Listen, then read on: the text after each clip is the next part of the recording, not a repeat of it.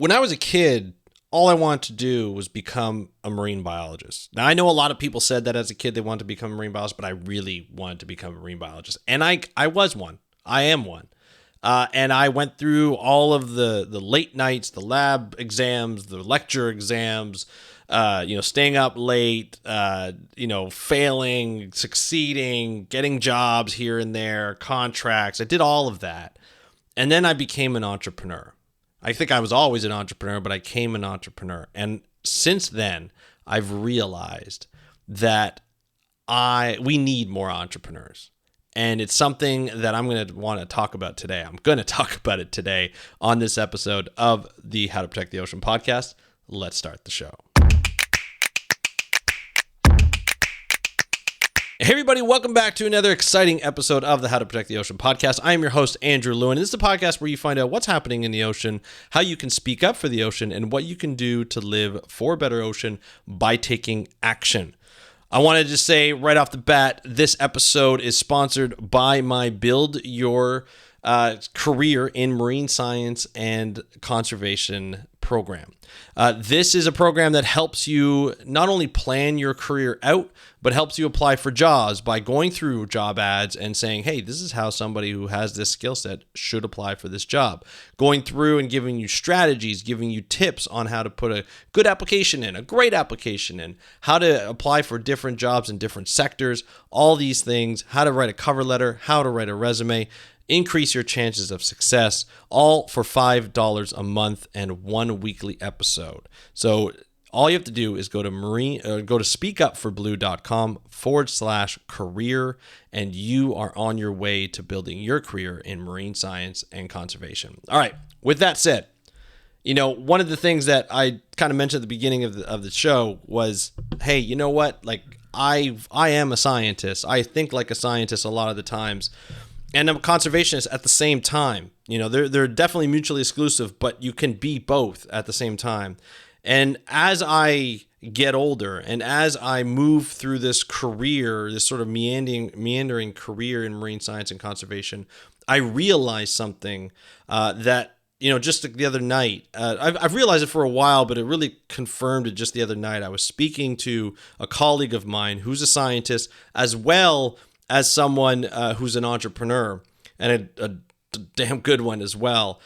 Just somebody who, we were talking and we were just kind of, we were preaching to each other. We were saying, hey, you know what? Like, there are a lot of scientists, and we go to conferences and stuff, and we're all just like, hey, like, when we're at science conferences, we hear the problems. We know what the solutions are. We know what we need to do. We know, like, from a government perspective, a policy perspective, a science perspective, but we also know there's this perspective that we often ignore, right? Not the technology part, because we got technology. There's like hackathons at conferences and everything like that. There's always a session or always a series that we ignore. And that's the business section. That's the how do we do better? Let's implement and apply what we've learned from scientists, what we've learned from nonprofits, what we've learned from government, and let's put something together. A lot of the times when we think of businesses and sustainability, we think of like renewable energy, right? We think of seafood, sustainable seafood. We think of a lot of different things. A lot of those things, when we think about it, we're like, hey, you know what? Like, this is not something that we think about often, right? Like I can't even see myself in the renewable energy sector, like having a business that's windmills or solar panels or tidal energy or anything like that. I don't have the skill set, nor do I necessarily have the want to be able to do that. But I never pictured myself that was always out of sort of my realm, in terms of what I do. And I think that's what a lot of people think about. Sustainable seafood, even. I don't know a lot about seafood, raising different types of seafood, like fish and mussels and oysters and clams and, scallops and all sorts of and shrimp. I don't know a lot about that, and it doesn't necessarily pique my interest.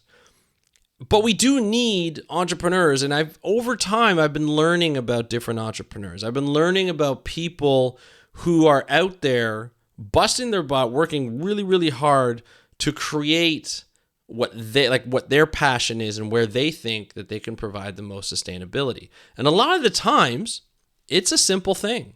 It's not like above and beyond. It's not out of touch. It could be simple. It could just be simple things, right? There are people who are creating kelp chips. Pretty cool. 12 Tides creates kelp chips as a snack, right? And the packaging is just all sustainable. The meals are from kelp, like the snacks are all made of kelp, and it's just like, it's a really cool thing.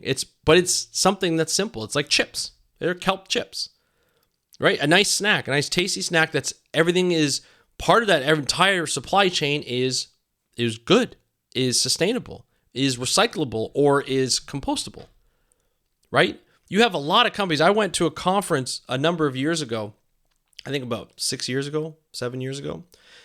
And when I went to this conference, it was local. It was here in Toronto or Mississauga, I guess. And when I went there, it was at the CNE. It was in Toronto. And when I went there, there were so many different sustainable businesses. There were people who were creating like bamboo cutlery, bamboo bowls. There were people who were creating like technology that would help lower climate change impacts for certain like air conditioners or like certain technology, right? You saw car makers and things like that. You saw people talking about what they want to use their passion of business and entrepreneurship to create startups that could get funded. And that's why they were there. They were there to explain their business. And there was probably, I would say, over 24 startups at that conference that were on display, that were pitching to people what their business was like. And it's absolutely amazing. And I feel as though like these types of people, the people who make up like these entrepreneurs that want to do good, and the businesses that are made from that need to be encouraged. And I have to admit, I felt encouraged this week because I went to my daughter's open house that she has at her school. Now, she's part of a specific program in high school. It's an iSTEM program. So it's science, technology, engineering, and math. And it's very focused on creativity. It's very focused on entrepreneurship. We were sold the program as you design a product, you come up with the idea, design the product, and bring it to market, right? And create the product and bring it to market. And a lot of the projects that they learn there is all about, is about creating things, creating drones, creating, creating businesses, I guess you can call it. Prototypes is the word I was looking for. But then also coming up with an entrepreneurship program or an entrepreneurship project this last part of the school year, the last part of the semester.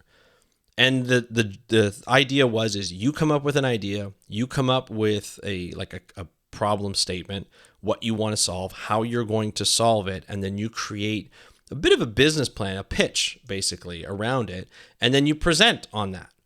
Right? You come up with a logo, you come up sort of with the design. If there's a prototype to be done, there's a prototype to be done. And my daughter came up with a really good idea. Her and her partner came up with a fantastic idea. I'm not going to tell this idea because, to be honest, I want her to actually develop this as her own business. But what was interesting is when I approached her about it, I said, hey, would you ever consider doing this as a business? She's like, yeah, sure. Maybe when I graduate university. I'm like, well, hold on a second. What if you did it now? What if you did it as a high school student? She's like, Dad, that's a lot of time. I don't have that time.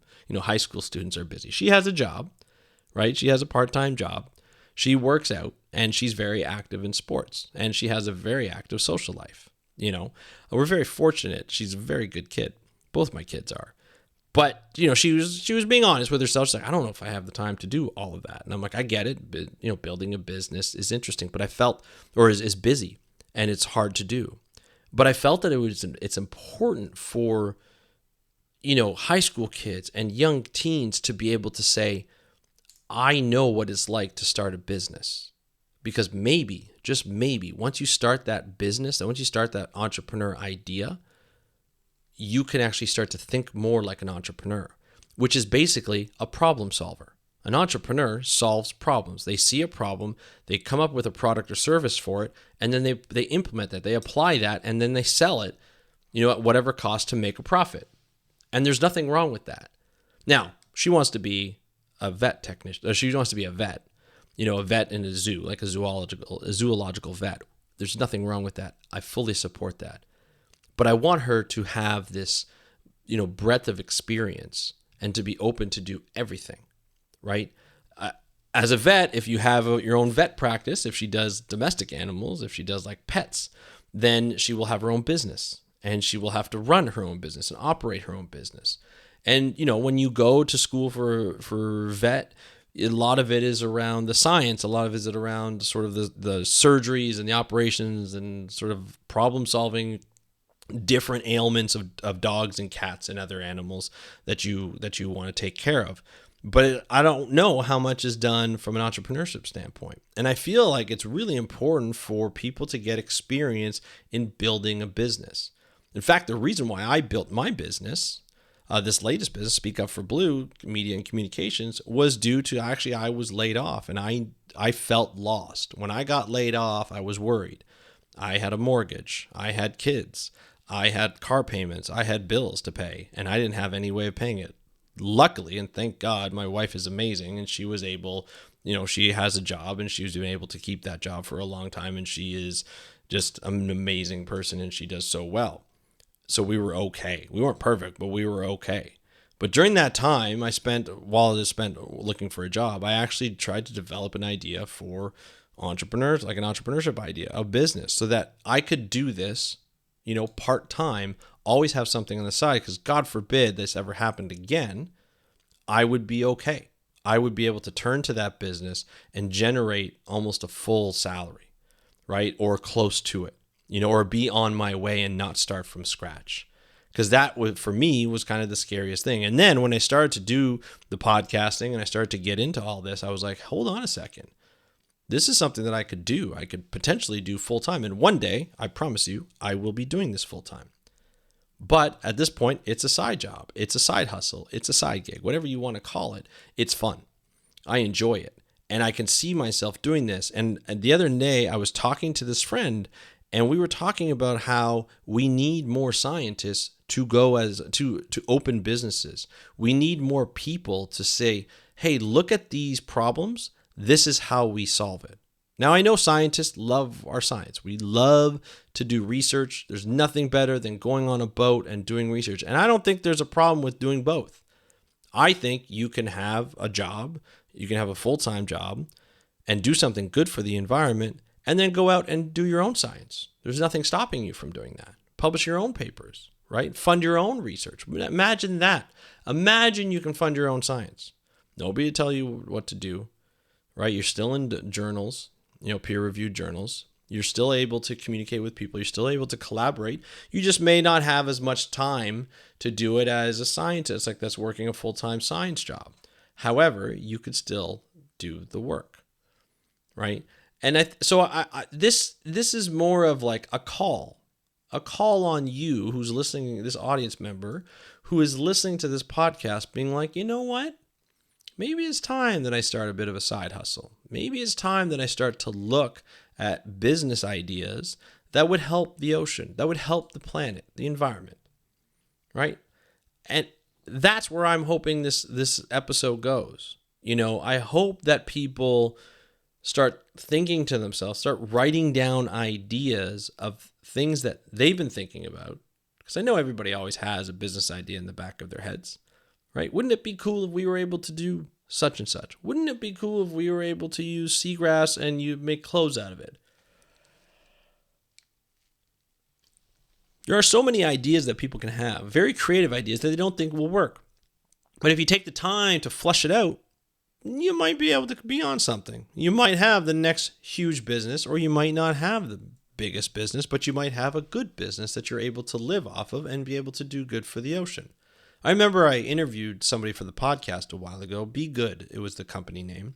And I remember after that, I said, hey, like, are you guys selling a lot online? Like, are you looking to go to Amazon and all this kind of stuff? And at the time, they were saying, you know what? Like, we're good right now. Like, we don't want to add too much to the environment. We don't want to add waste. Not that they had a lot of waste, because they were very sustainable at the time. But they said, we don't want to push it. we want to do good for the planet, and we're good right now. Like, we're living off this very well. We're making a good profit, but we're also doing a lot of good for the planet by having these homegrown sort of herbal sort of, sunscreen or zinc sunscreens and herbal sort of concoctions and things like that. By the way, if you ever at Be Good, if you ever look that up, you need something to heal your skin from like eczema or kind of itchiness or anything like that, or dryness especially. Their goop is really good. Not from the company goop, but the company Be Good. And if you look up their goop, we use it all the time in the winter, especially my wife and I and my kids, because we get, you get dry hands in the winter here up in Canada. And so it's nice to have. It's really, really nice to have. But I digress. Businesses like these who care for the environment, they're not looking to scale to make billions and billions of dollars. And maybe you can and still do good for the environment. But the idea is to come up with a business idea and come up with a business that will be sustainable, that will be good for the planet, and that will solve a problem for people. And I think that's something that we need to look for in the future. And the one thing that I would stress is that you'd have to be careful that you do it properly. There's a lot of people who might, quote unquote, sell out and get money from a company that is not sustainable, or, that funds other things that are not sustainable and that do like a lot of greenwashing. You don't want to be a company that's associated with that. So it makes it more difficult. To be honest, like, I am looking for sponsors for the show, and I'm very, very picky in the sponsors that I bring on. I do my research. I speak to the companies. I speak to the people in the companies, how they're treated, what they do for the environment, what types of programs they have, what they're willing to fund. And I've got one right now that's coming, and I'm super, super excited, and potentially another one that's coming as well. But I'm very picky, because when I serve you up an ad or a sponsor or a partner, whatever they might be, these are people who want to be part of good storytelling, like not good storytelling in that I tell good stories, but storytelling in that we're telling, we're providing a platform to share stories about marine science and conservation for you so that you can consume for free. Right? And you might just want some of these products. It might come in handy. But the products and services that I'm selling that I'm, having on the show are products and services that you would be comfortable using. Products and services that, they may not be perfectly sustainable, but they are darn close, and they're working to become even better. And those are the companies that I'm looking for to get sponsored as I build my business of building a marine science and conservation media company called Speak Up for Blue and Communications Inc. That is the business. That's what I'm trying to create here, and I'm trying to go full time. And so you'll see more sponsors. You'll see more things that are that I'm selling, like the marine science and conservation, the Build Your Career Marine Science and Conservation program. And you'll see other things that I'm doing, like helping people start podcasts and so forth, coaching programs, and like for careers, and coaching programs for marine science and conservation, science communication. Right? So science communication in general. And I think it's really important. I think that's something that, not only helps the audience and provides a service for the audience, but I think offering up, other people's products and services that are really good for the environment, that I've vetted because you guys trust me, and I'm trying to bring you the best, right? As best as I can find. And I think it's a relationship that I like, because I get feedback from everybody that they like this kind of stuff and they want to hear this kind of stuff, as long as it doesn't interrupt too much of the episode. In fact, the way I'm designing those episodes with sponsors and partners is to design it with them and to say, this is what you're about. This is what we're going to cover. So it's going to be really interesting. I'm really looking forward to it, but that's my business. That's what I like to do. I would love to hear your business, whether it's a business idea or something that you're working on. I know the business ideas, you got to be careful. I'm not going to take your business idea, but you don't want to share it before it's already started. But if you have a startup, or you have a company that you've been doing for years that is sustainable and you want to share it, just reach out to me on Instagram at How to Protect the Ocean. And if you want to join the Build Your Career in Marine Science and Conservation, please go to the link speakupforblue.com/career. It's really easy to sign up, $5 a month, and you get access to all of our past private podcast episodes and all of our future ones that we do once a week. So thank you so much for joining us on this episode of How to Protect the Ocean. I'm your host, Andrew Lewin. Have a great day. We'll talk to you next time, and happy conservation.